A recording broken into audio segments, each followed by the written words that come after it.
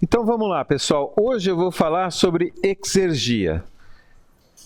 A gente viu nas aulas passadas, e principalmente nas aulas sobre entropia, que existia um limite natural para a conversão de energia desorganizada em energia organizada. O problema da forma como a gente viu isso é que são só parâmetros globais. Eu consigo, por exemplo, analisar um ciclo inteiro de conversão de energia térmica em trabalho mecânico. Mas e se eu quiser olhar processos individualmente e não um ciclo inteiro? As definições que a gente tem até aqui, no caso a entropia, ela não serve muito bem para fazer esse tipo de análise, e principalmente para fazer esse tipo de inventário, que tem a ver com o fato da energia ter que ser portada por alguma coisa, carregada por alguma coisa, seja um fluxo de massa, seja um fluxo de elétrons. Então eu preciso criar ferramentas para poder quantificar a qualidade da energia. É isso que eu estou falando.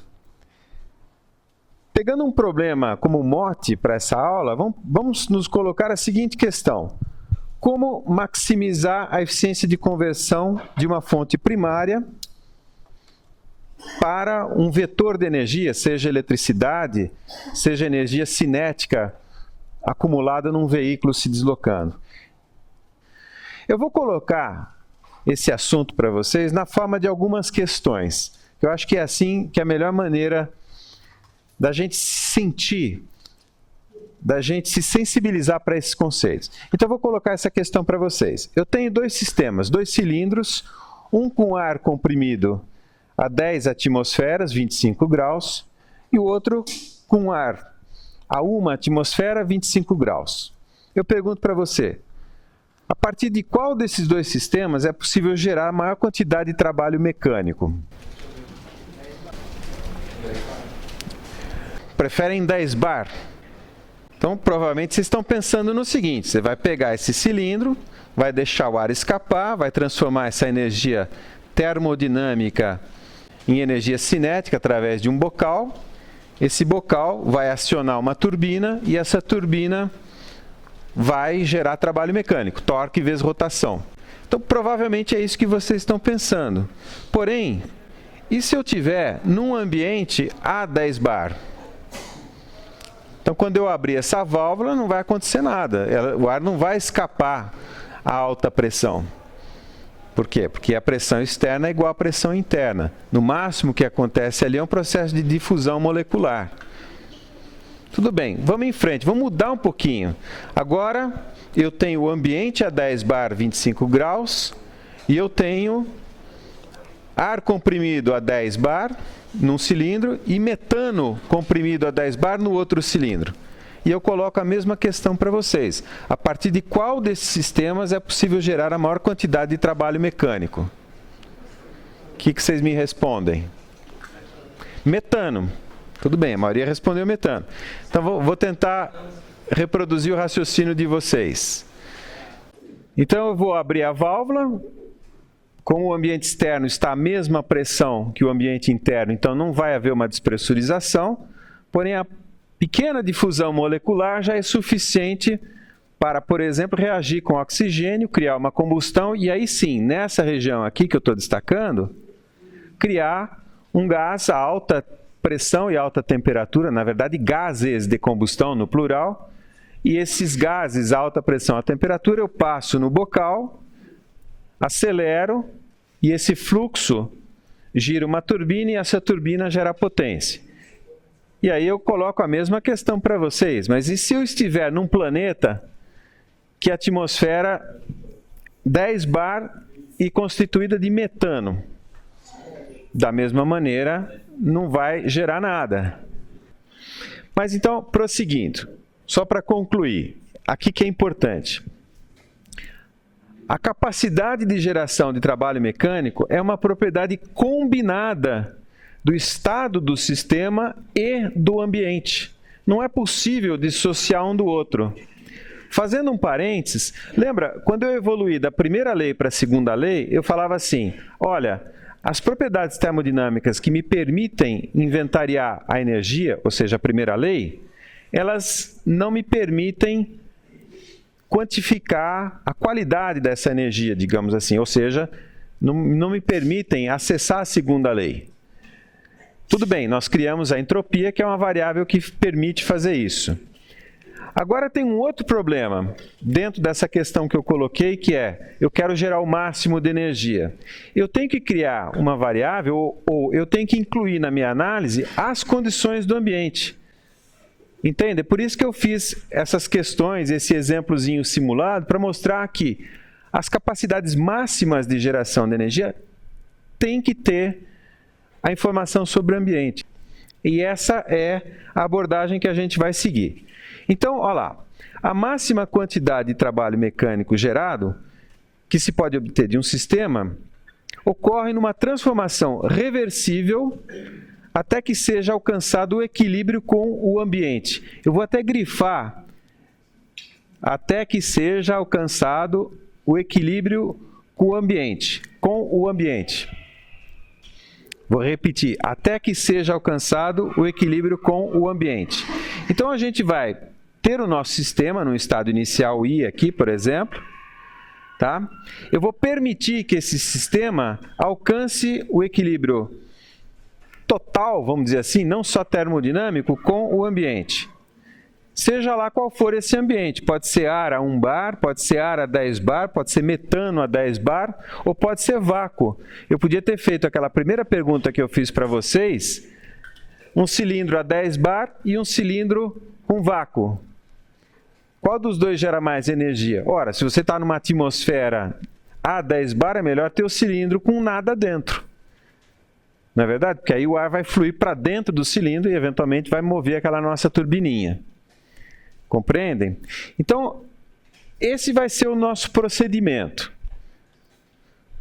E quem trabalhou essas ideias foi o Gibbs inicialmente, não só ele, mas o Gibbs principalmente. Aliás, numa aula seguinte, a gente vai ver uma definição de uma propriedade termodinâmica chamada energia livre de Gibbs, que é linda, porque ela combina todas essas coisas. Então, o que o Gibbs pensou? Ele pensou o seguinte, no que ele batizou de potencial de trabalho útil. Seria a máxima quantidade de energia mecânica útil, ou seja, que dá para fazer alguma coisa com ela, que se poderia obter de um sistema, sendo que o restante seria inevitavelmente perdido devido às implicações da segunda lei. Essa energia útil ou trabalho útil, ele batizou de exergia. Na verdade, ele não batizou de exergia, ele chamou justamente de trabalho útil.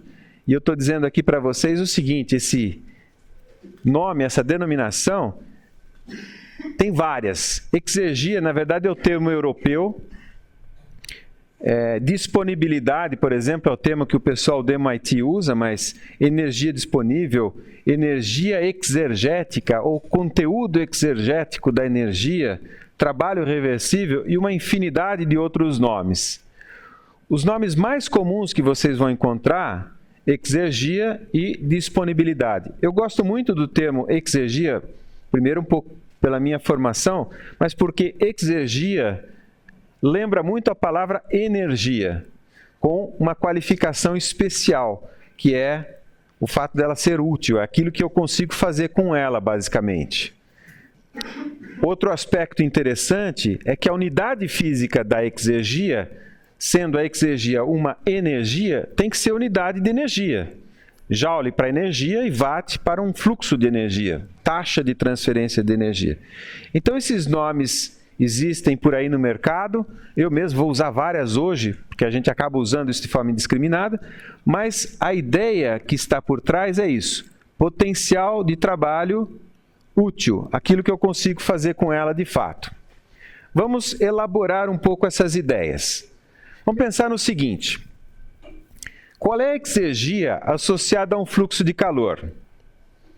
Então, digamos aqui, eu tenho uma máquina térmica que está gerando energia mecânica entre duas temperaturas, TQ e TF. E eu quero analisar os fluxos de calor desse processo, ou seja, eu quero analisar o conteúdo exergético de QQ, o calor da fonte quente, e o conteúdo exergético da fonte fria, o Q índice F. Como eu faria? Voltando um slide aqui, eu vou tentar identificar aqueles fluxos de calor, aquilo que seria o trabalho útil. Então eu vou fazer o seguinte, eu vou pegar entre, digamos, a fonte fria e o ambiente e vou imaginar uma máquina térmica reversível. Está vendo aqui? Esse calor que eu estaria rejeitando para a fonte fria, eu vou rejeitar ele para o ambiente, é o mesmo que F aqui, porém, ele vai acionar uma máquina reversível, uma máquina de Carnot. Pois bem, pela definição, o trabalho que eu obtenho nessa máquina reversível vai ser justamente a exergia associada a esse fluxo de calor, QF. Mesma coisa para o Q índice Q, ou seja, vou imaginar uma máquina térmica entre TQ e T0, T0 é o ambiente, e essa máquina é reversível. Sendo assim, pela definição, o trabalho que eu obtenho aqui vai ser justamente a exergia desse fluxo de calor aqui, ou o conteúdo exegético desse fluxo de calor. Então, esse é o experimento mental que eu faço para identificar esses conteúdos exegéticos. E daqui a pouquinho a gente vai fazer contas exatamente com isso. Agora, olhando em termos do fluxo de exergia, o que a gente também vai fazer daqui a pouquinho, eu posso ver já o seguinte, que eu tenho mais exergia saindo da fonte quente, a fonte de alta temperatura, e menos exergia chegando aqui embaixo. Por quê? Porque esse XQ aqui é maior do que esse XF aqui. Consequentemente, eu tenho um processo aqui de destruição de exergia por algum motivo que eu não sei ainda. Eu vou analisar isso daqui. E essa destruição, eu já estou antecipando, ela vai ocorrer devido à presença de irreversibilidades. Se eu quisesse calcular de fato a exergia, como é que eu faço? Eu uso o rendimento de Carnot dessas duas máquinas de Carnot aqui. Então eu pego esse Q, que é o calor da fonte quente, multiplico pelo rendimento. Então aqui no caso, para o QF, o rendimento seria o quê? 1 menos a temperatura da fonte fria dividido pela temperatura da fonte quente, vezes o QF. E a mesma coisa para o XQ, a exergia do fluxo de calor da fonte quente, e pelo fato de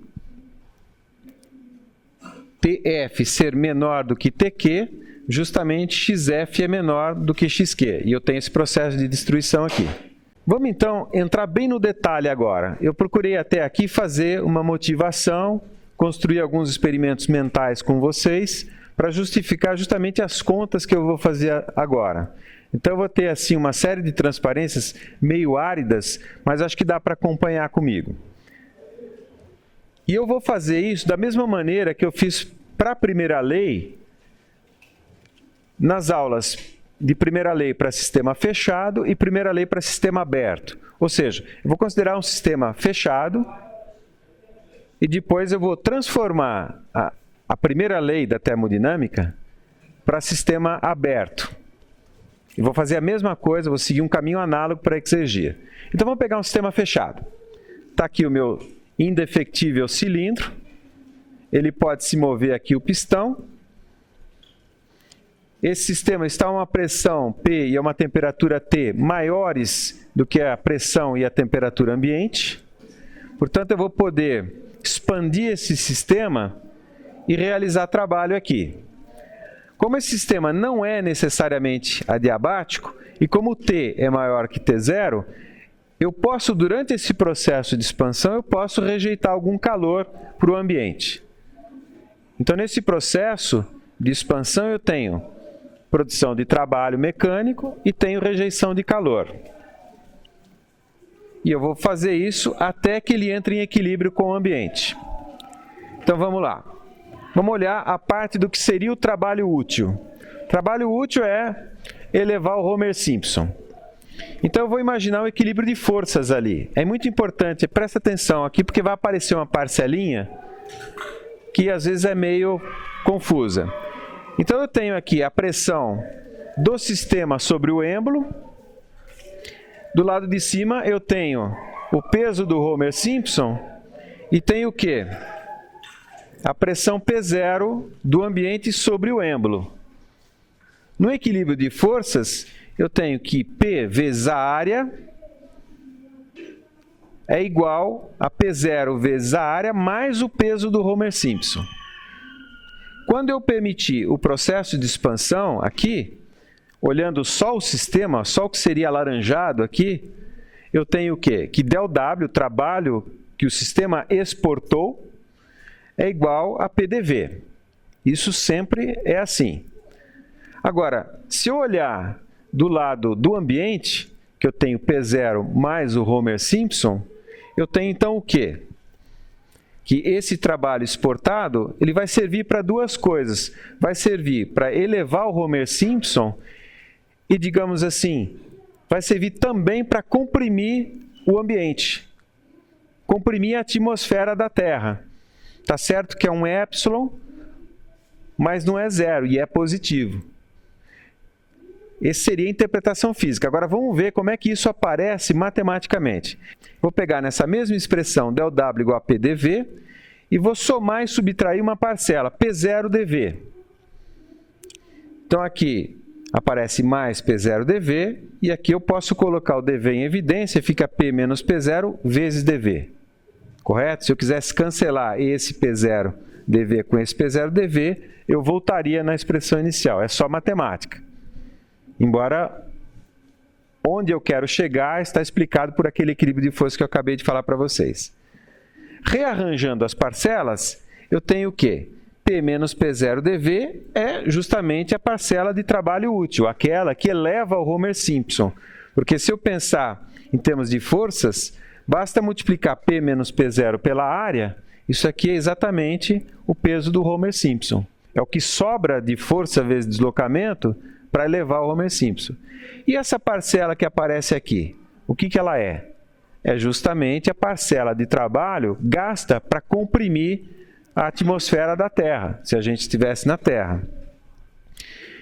Então, integrando essa expressão, o trabalho total exportado pelo sistema é igual ao trabalho total útil mais aquela parcela P0dV integrada.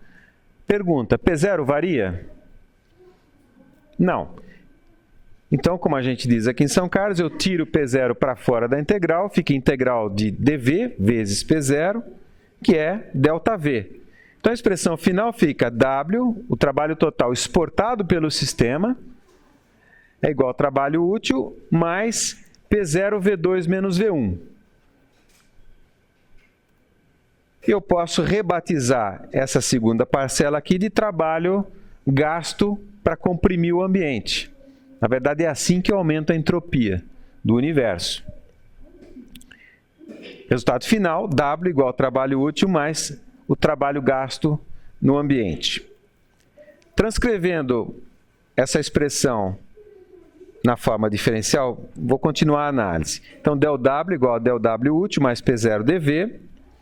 E agora eu vou analisar aquela parcela de trabalho útil, ou o conteúdo exegético do fluxo de calor aqui embaixo. Oi.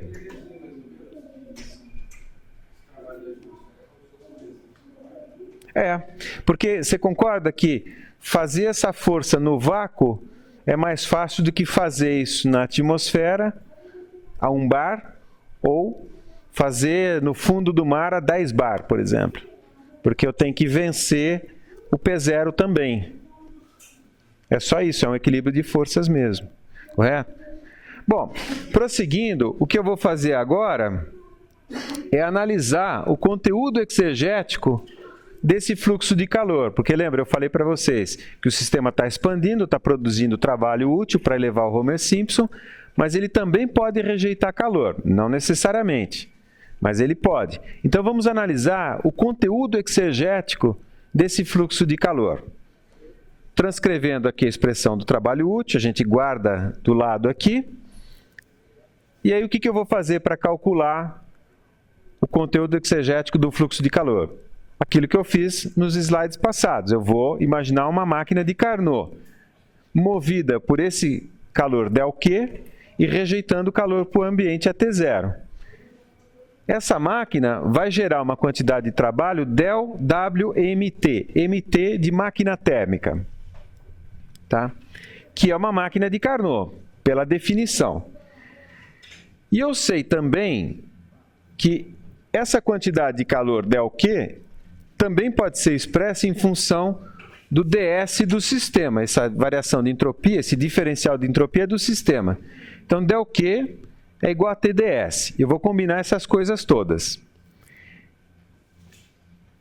Então, aqui, pensando na máquina de Carnot, ΔWMT é igual ao quê? Ao ΔQ vezes a eficiência da máquina de Carnot, que é 1 menos a temperatura da fonte fria, o T0, dividido pela temperatura da fonte quente, o T, que é a temperatura do sistema, tudo em Kelvin. Tá? Aí, substituindo que ΔQ pode ser TdS, e rearranjando, eu vou ter isso daqui, ó, que ΔQ é igual a ΔWMT menos T0ds. E, aplicando agora a primeira lei para esse processo, eu tenho o quê? Que dU é igual a menos ΔQ menos ΔW, menos ΔQ, porque aqui eu peguei o calor saindo do sistema, a nossa convenção é que calor é positivo quando entra no sistema, por isso esse menos. E substituindo aqui, eu vou ter, finalmente, depois de rearranjar, que dU é igual a menos ΔWMT menos T0ds menos ΔW útil mais P0dV. Eu estou combinando primeira lei, eu estou combinando segunda lei, tá vendo? ΔQ é igual a TdS. E estou combinando ambiente, ó, o T0 entrando aqui. Então, eu estou pondo exatamente aquelas coisas que eu queria colocar para definir exergia, combinando primeira, segunda lei e ambiente. Transcrevendo a expressão aqui e continuando, eu tenho duas parcelas aqui, olha, ΔWMT, que é um trabalho útil, porque eu gerei ele numa máquina de Carnot, e eu tenho o ΔW útil, que é aquele trabalho que eleva o Homer-Simpson. Portanto, eu tenho duas parcelas de trabalho útil.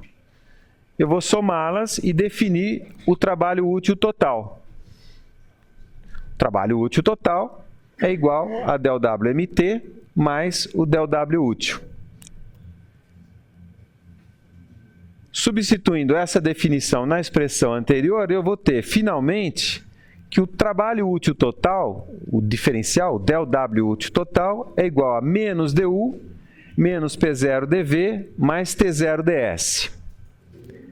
Integrando, só lembrando agora que a gente vai do inicial até o zero. Lembra, o meu sistema está alta pressão, alta temperatura. Ele vai baixar até se equilibrar com o ambiente, cujo índice a gente batizou de zero. Então, fazendo essa integração, o que fica? dU vai ficar U menos o zero. O P0dV vai ficar P0, V menos V0, porque o P0 é constante.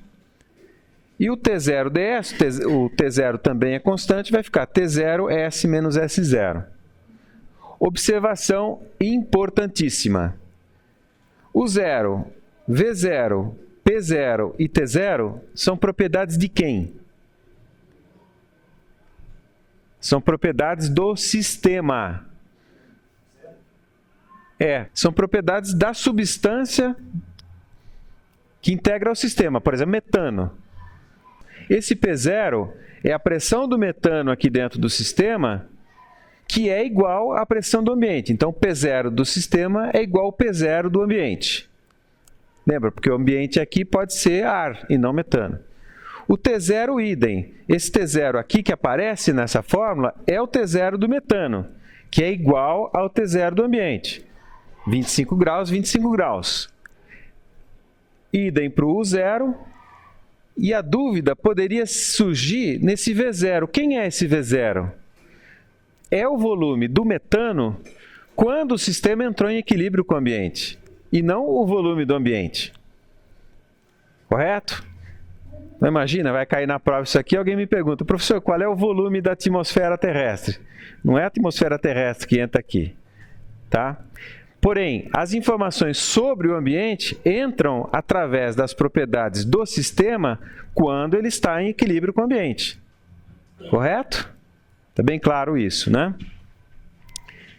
Então tá lá, Gibbs propôs isso como definição daquilo que ele chamou de trabalho útil, potencial de trabalho útil, e que a gente vai adotar o nome exergia. Lembrando que tem vários nomes: energia disponível, conteúdo exegético, energia exegética e assim por diante. Então, para nós, por definição, exergia é igual U menos U0, mais P0V menos V0, menos T0S menos S0. E aqui vamos identificar, nós temos as três coisas. Nós temos o efeito do ambiente, que entra através das propriedades quando o sistema está em equilíbrio com o ambiente. Tenho as propriedades de estado referentes à primeira lei, U. Tenho as propriedades de estado referentes à segunda lei, no caso S. Aliás, as propriedades de estado referentes à primeira lei são U, que é energia interna, e esse volume V, que tem a ver com o trabalho. Lembra, a energia interna está fortemente ligada à temperatura. Essa parcela como um todo a gente chama de exergia termodinâmica. E da mesma maneira que na primeira lei eu também adicionava aquelas parcelas de energia cinética e energia potencial, eu posso também adicionar à exergia as parcelas de, digamos assim, exergia cinética e exergia potencial. Com uma observação: são parcelas que não exigem desconto nenhum, como por exemplo aqui P0V. Por que não exige desconto nenhum? Porque eu consigo, por exemplo, transformar 100% da energia cinética macroscópica do sistema em qualquer coisa, em qualquer tipo de energia. Idem para a energia potencial. Imagina, voltando aqui, olha, imagina que esse sistema, que é o elevador do Homer Simpson, seja também o contrapeso do elevador. Então, além do sistema expandir, ele, na medida em que o Homer Simpson sobe, ele também desce o contrapeso. Então, a parcela de energia potencial macroscópica que o sistema tem, eu também posso transferir, e aí integralmente, como trabalho útil para elevar o Homer Simpson. Claro, se não tiver irreversibilidades, por exemplo, atrito no sistema de roldanas. Entendem?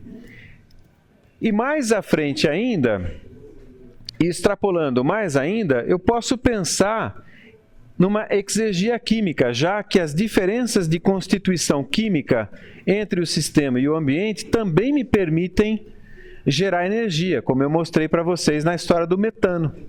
Para falar um pouquinho de exergia química, eu vou voltar no exemplo. Agora sim, definindo a atmosfera, que é o ambiente, ar a 10/25 graus.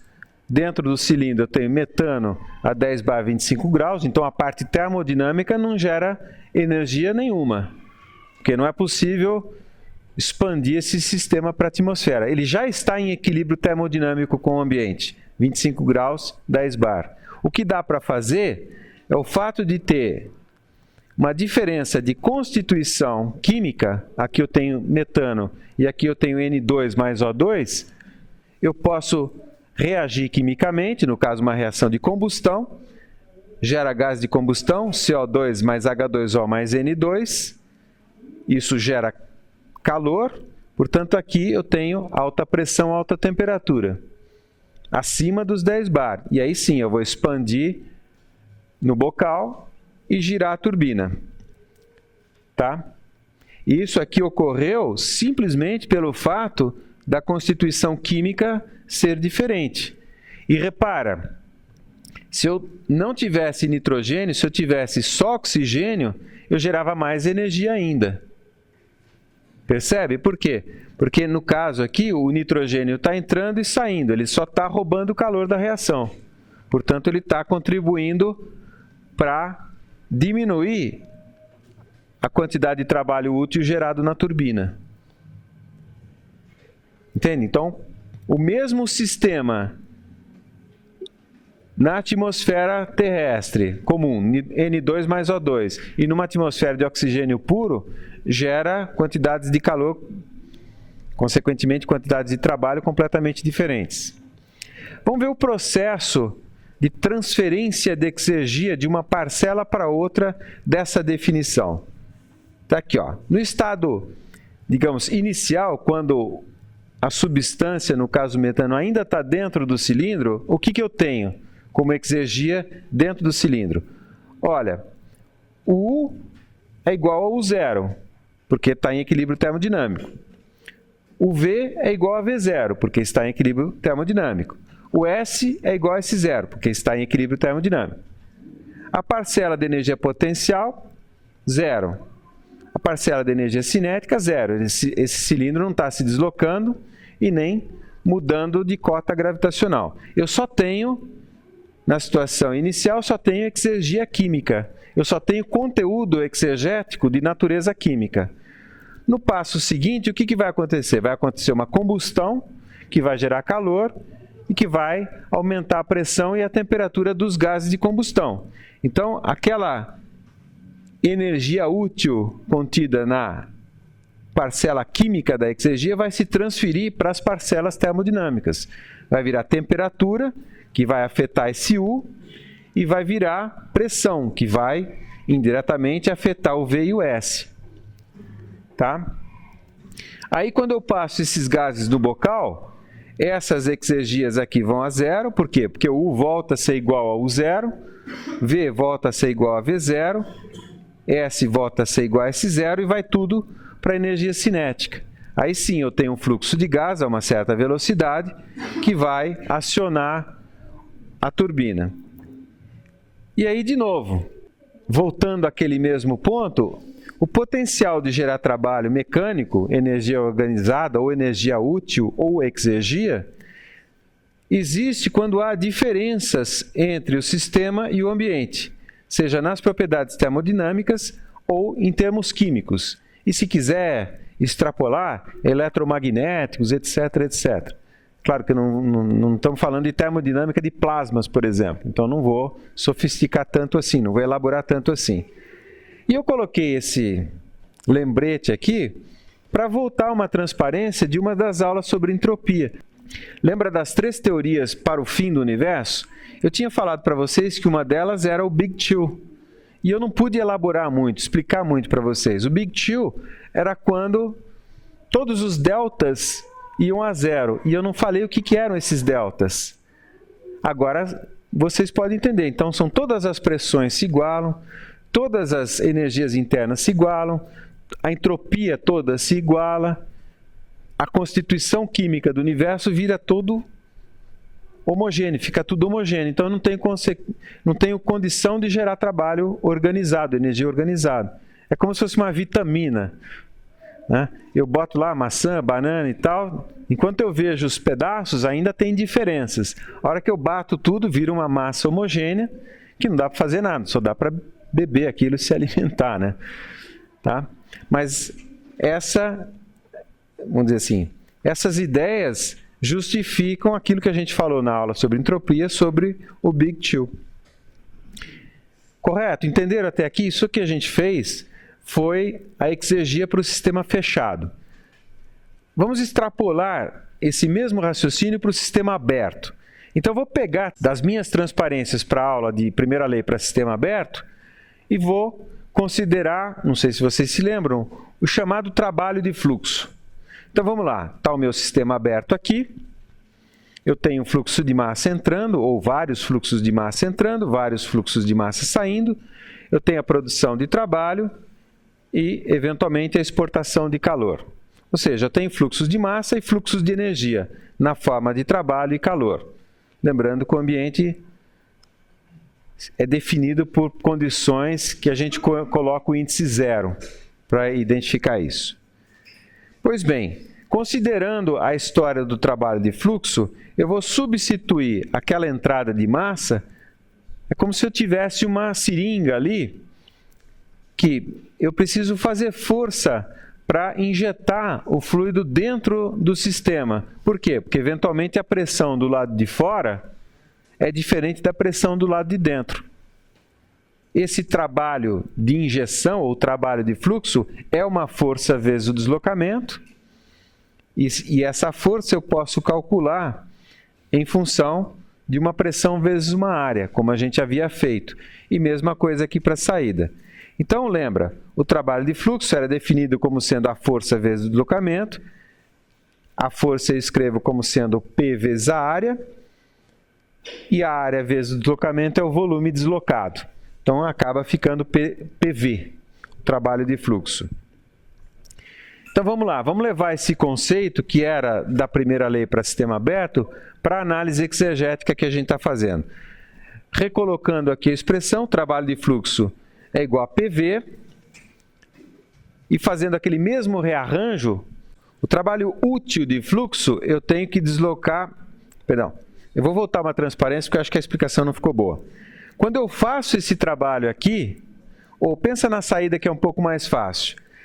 Quando o fluxo de massa está saindo e está deslocando esse êmbolo, e em cima do êmbolo tem um mini Homer Simpson lá em cima, eu tenho uma parcela desse trabalho de fluxo que vai para elevar o Homer Simpson e outra parcela que vai para comprimir a atmosfera. Então é a mesma coisa aqui, tá vendo?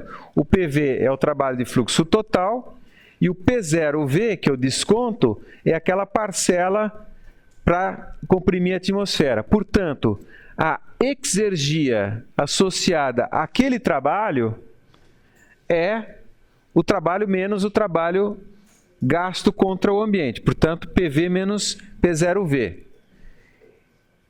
Colocando V em evidência, então eu vou ter P menos P0, que multiplica V.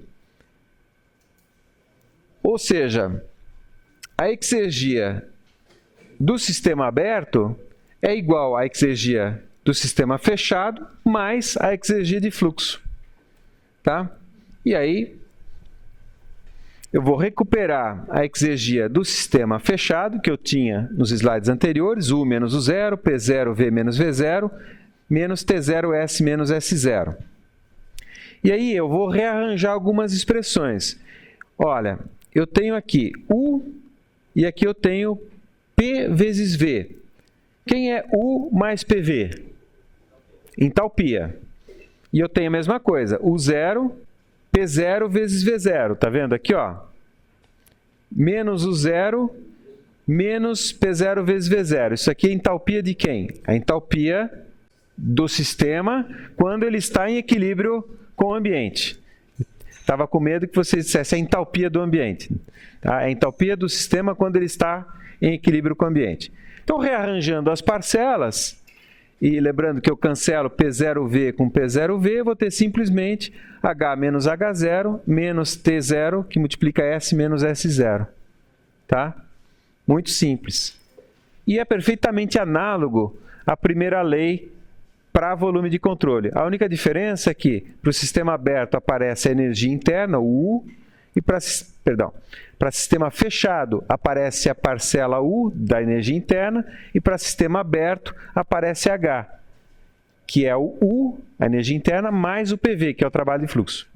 Tá? Então aqui eu consigo adaptar minha definição de exergia para sistema fechado para um fluxo de massa, por exemplo, que está entrando num sistema aberto. E da mesma forma, se eu tiver energia potencial, energia cinética, energia química associada a esse fluxo, eu posso adicionar essas parcelas sem desconto algum na definição da exergia. E mais, dividindo tudo pela massa, eu posso falar em termos de propriedades específicas, como está marcado aqui. Em frente. Então, agora a gente tem uma definição para exergia. E eu comecei essa história toda falando assim, olha, a segunda lei me permite analisar ciclos como um todo. A eficiência do ciclo termodinâmico em relação à eficiência do ciclo de Carnot. E eu motivei falando, olha, mas eu quero analisar processos individuais. Então vamos fazer isso agora, a partir da definição que a gente tem de exergia. E nunca é demais lembrar, na definição de exergia eu tenho sempre as três parcelas.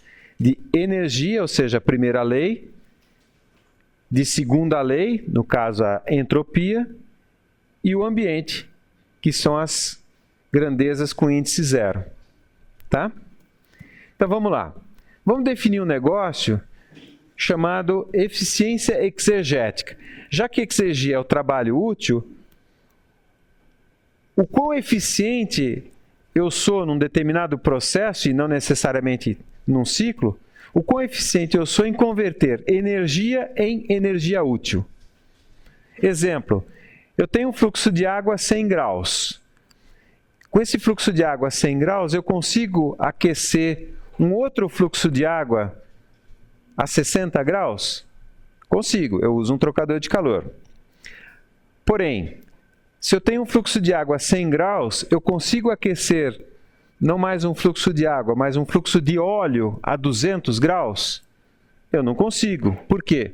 Porque o calor da água a 100 graus não vai fluir naturalmente para o óleo a 200. Entendem? Então, são energias de qualidades diferentes. E o que eu poderia fazer no caso? Vamos supor, vocês estão lá no Carandiru presos. É uma brincadeira que eu estou fazendo. É porque o preso é um sujeito extremamente criativo. É impressionante. Tá? Mas imagina, vocês estão presos no Carandiru e o diretor falou, olha, se você conseguir aquecer óleo a 200 graus, com um fluxo de água a 100 graus, eu deixo você embora. Vocês vão achar uma solução, não vão? O que vocês fariam?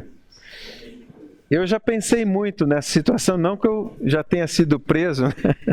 Mas eu faria o seguinte, eu pegaria esse fluxo de água a 100 graus, geraria eletricidade com ele, supondo que o ambiente está a 25, então faço um ciclo, que nem precisa ser de Carnot, gera eletricidade com esse fluxo de água a 100 graus. E eletricidade, sim, eu passo numa resistência elétrica e aqueço o óleo a 200 graus. É claro que eu não vou conseguir transferir 1 joule da água, esse mesmo joule eu não vou conseguir transferir integralmente para o óleo, porque eu vou ter que passar por uma máquina térmica. Percebe? Então, o quão eficiente eu sou nessa transferência de energia térmica a baixa temperatura para uma aplicação que requer energia térmica, mas a alta temperatura, já que eu sou obrigado a passar por um ciclo. Esse é o conceito de eficiência exegética. Então vamos lá. Por definição, é a razão entre a eficiência térmica real de um ciclo e a eficiência do ciclo reversível, operando entre as mesmas temperaturas. Vamos imaginar isso na forma de um exemplo. Eu tenho duas máquinas térmicas.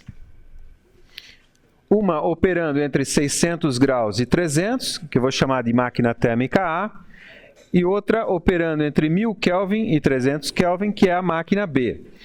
Ambas têm a mesma eficiência térmica, 30%.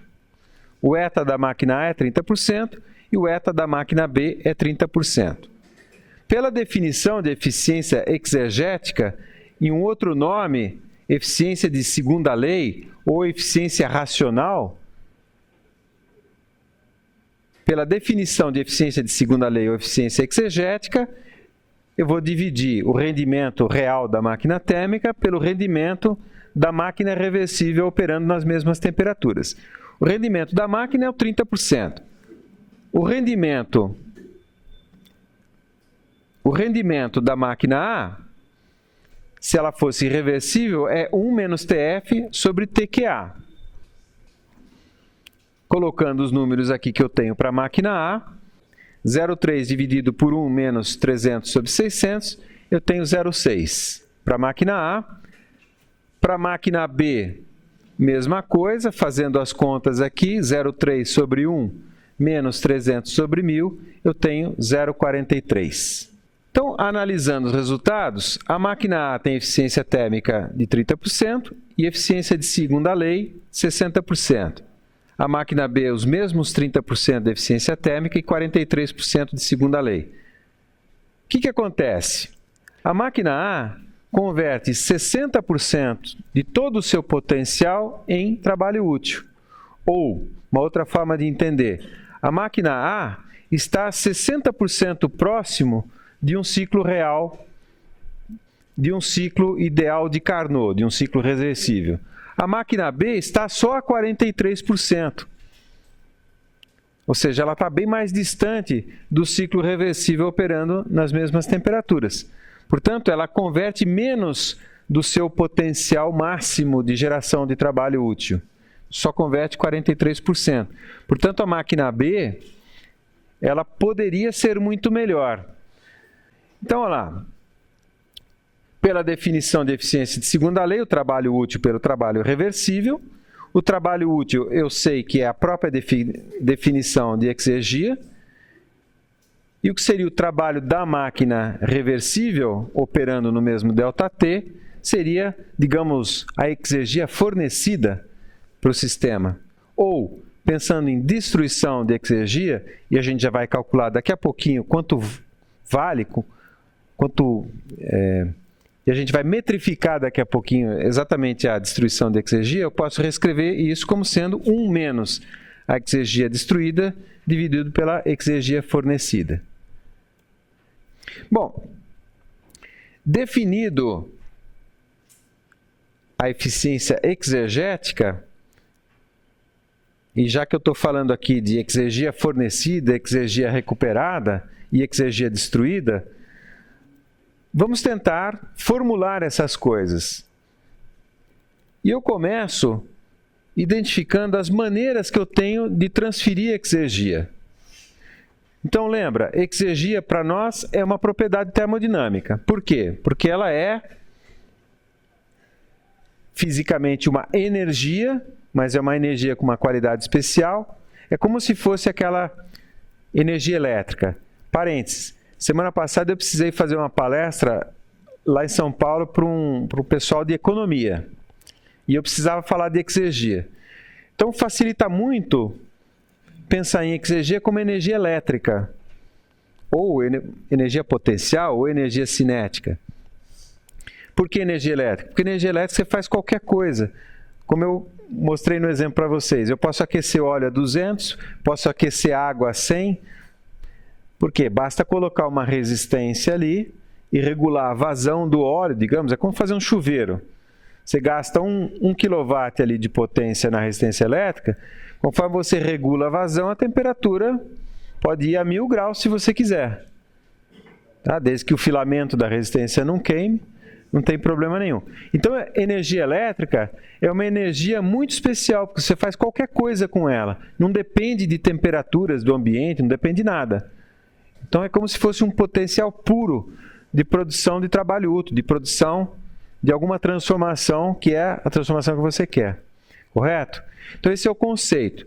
Porém, eu posso pensar em exergia como sendo uma propriedade termodinâmica de forma matemática. Já que ela é uma combinação matemática de propriedades termodinâmicas, então ela também é uma propriedade termodinâmica. E sendo uma propriedade termodinâmica, ela pode ser portada por um fluxo de massa, assim como energia interna pode ser portada por um fluxo de massa. Porém, a exergia, sendo uma energia, a sua unidade é watts, por exemplo, no caso de um fluxo, ou joule, no caso de uma quantidade absoluta, a exergia, sendo uma energia, ela também pode ser portada por fluxos de energia, ou seja, calor de trabalho. Moral da história, exergia pode ser transferida por calor, trabalho e por massa. E vamos olhar individualmente cada uma delas. Primeiro, transferência de exergia via calor.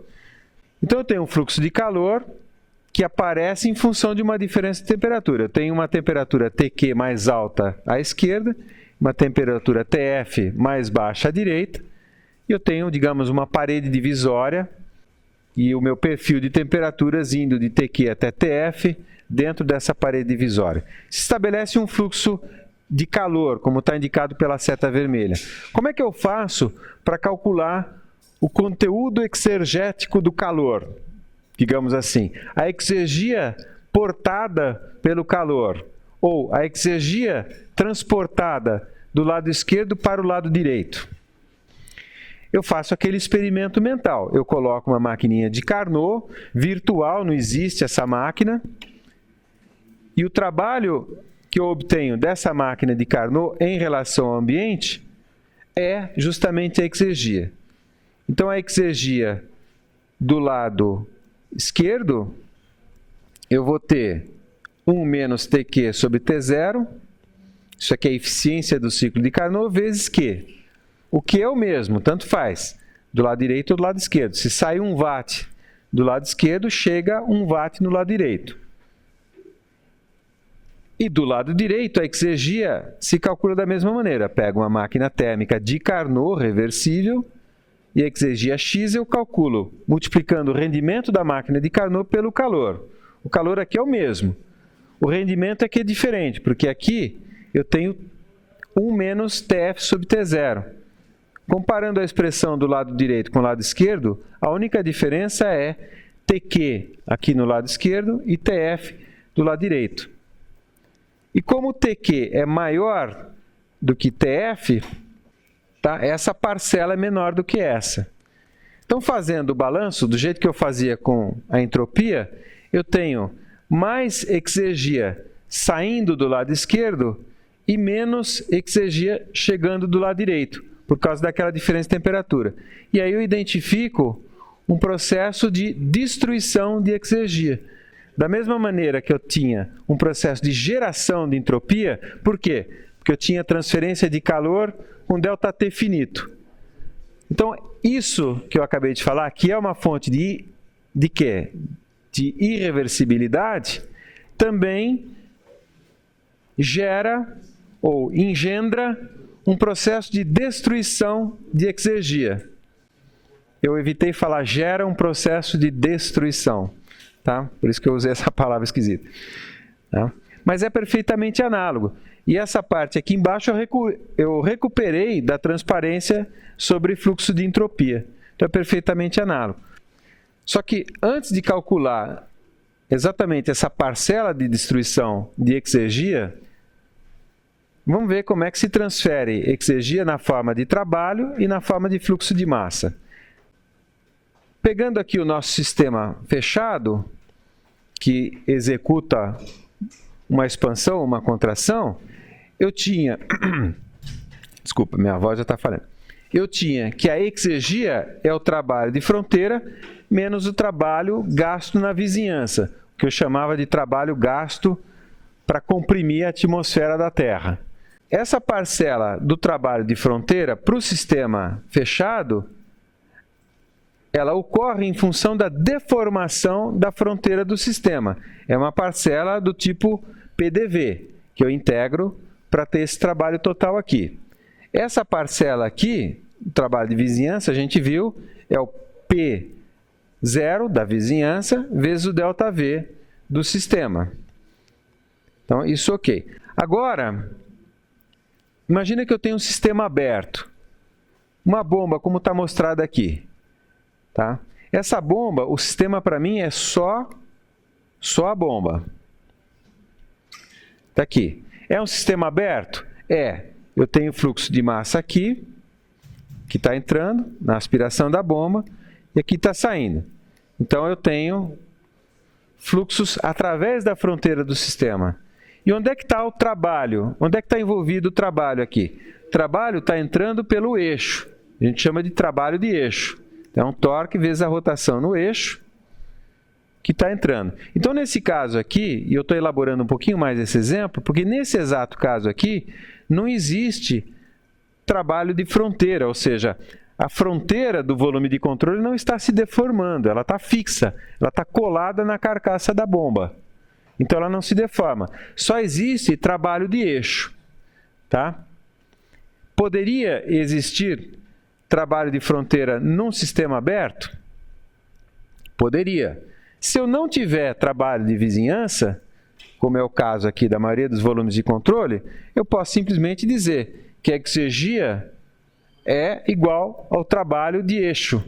Ou se eu pensar no motor elétrico que está acionando o eixo, a exergia é igual à potência do motor elétrico, o trabalho do motor elétrico, o trabalho elétrico do motor elétrico. Tá ok? Eu não tenho que descontar nada aqui. Entenderam esse conceito? Eu só tenho que descontar alguma coisa se eu tiver que comprimir a atmosfera, digamos assim. Resumindo, a exergia portada num fluxo de trabalho, se for um sistema aberto cuja fronteira não se deforma, é exatamente igual ao trabalho do eixo, ou trabalho elétrico. E se for um sistema cuja fronteira se deforma, eu tenho que descontar o trabalho da vizinhança. Muito simples. Agora, como é que é a exergia associada a um fluxo de massa?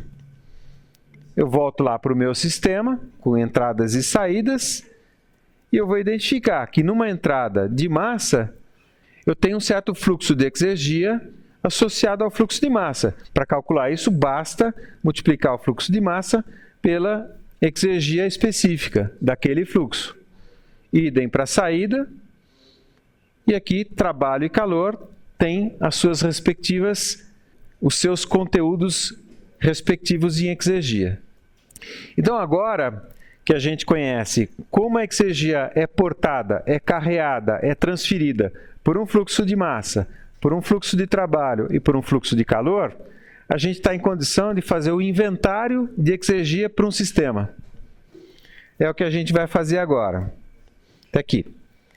Então, vou pegar esse meu sistema, que tem calor, tem trabalho e tem fluxos de massa. E eu já substituí aqui pelos respectivos fluxos de exergia, e já respeitando aquela nossa nomenclatura. Calor que entra é positivo, portanto, exergia que entra também é positivo. Trabalho que sai é positivo, mas no inventário eu vou descontar. Então tá lá. O inventário está escrito aqui.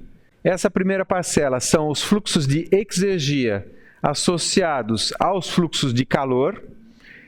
A segunda parcela são os fluxos de exergia associados aos trabalhos mecânicos de eixo, no caso aqui só tem um, e eu já descontei a parcela devido à deformação da fronteira do sistema, se ela existir.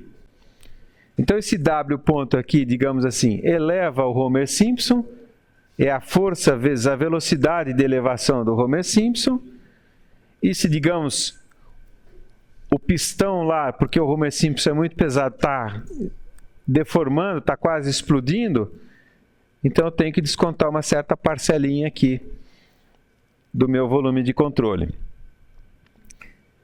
Essas últimas parcelas aqui são as parcelas de fluxo de exergia associados aos fluxos de massa, que entra e que sai, ou que entram e que saem.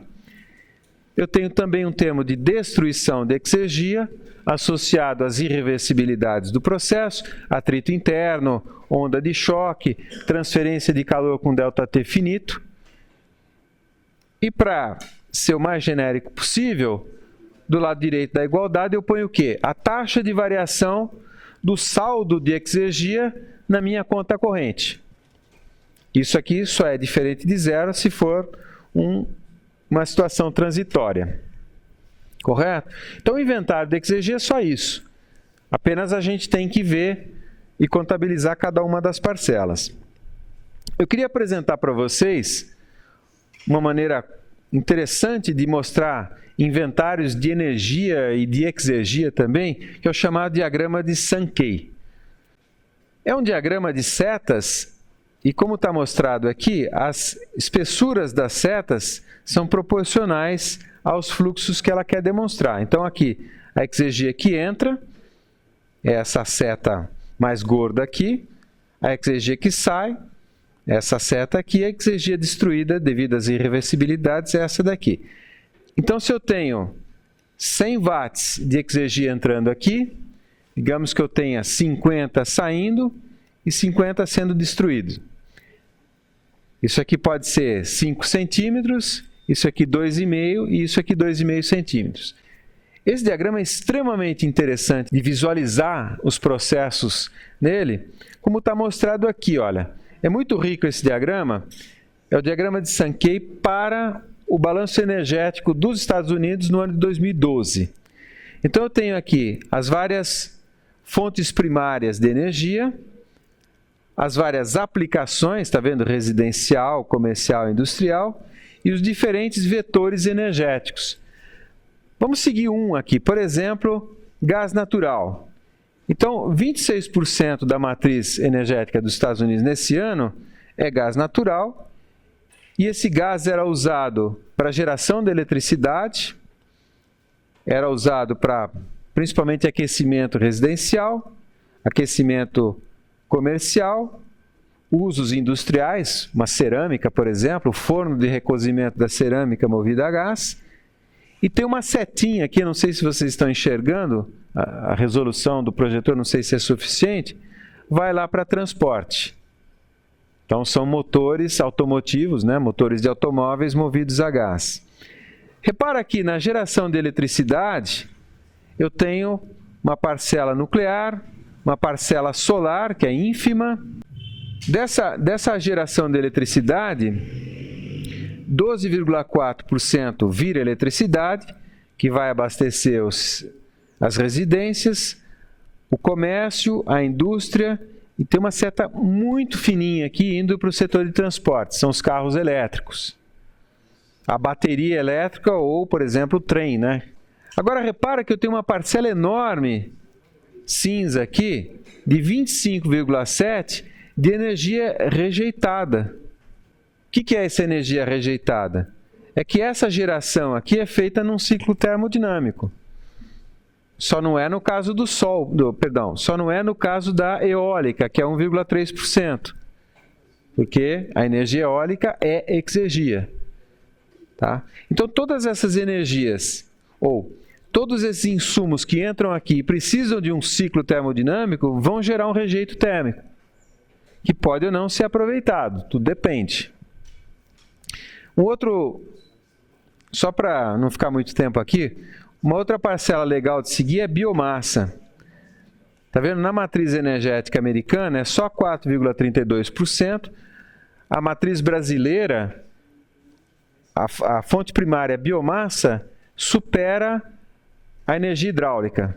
Aliás, aqui também já está superando, né? Mas no Brasil a gente sempre imagina, poxa, 100% da energia, ou praticamente 100% da energia no Brasil é hidráulica. 100% ou quase 100% da energia é elétrica. Quando se fala de matriz, não se pensa só em energia elétrica, claro. Mas biomassa ainda é pequenininho nos Estados Unidos, mas vamos seguir as destinações.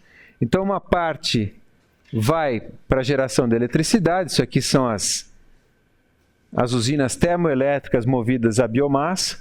Então, por exemplo, toda aquela palhada de milho que é colhida para produzir etanol de segunda geração, no caso lá, é queimada para gerar energia e o excedente elétrico é exportado. Outra destinação da biomassa é a queima na indústria, mas também é o setor de transportes. Está vendo essa seta aqui, 1,16%? Isso aqui é o etanol. E da mesma maneira, no setor de transportes, eu tenho também uma grande parcela de energia térmica rejeitada.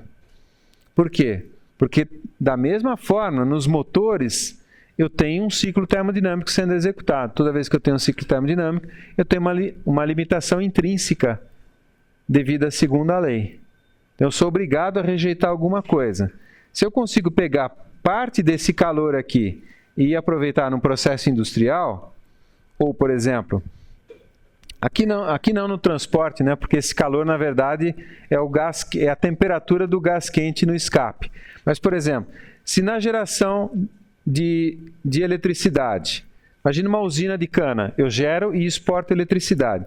E parte desse calor aqui, ao invés de rejeitar, eu consigo mandar para um processo industrial, por exemplo, produção de açúcar. Então eu consigo com isso diminuir uma certa parcela da energia térmica rejeitada, que vai para aquecer o ambiente mesmo. Eu consigo aproveitar aqui e eu aumento a eficiência global do sistema. Bom, o exemplo que eu não vou apresentar para vocês, eu já estou estourando meu tempo, é um ciclo de geração, é o 8.114 do Cengel. Ok? Alguma dúvida com relação ao conteúdo até aqui? Então não deixem de assistir o exemplo. O exemplo faz parte da aula e eu simplesmente não tive tempo de apresentar para vocês. Tá? Feito? Ok.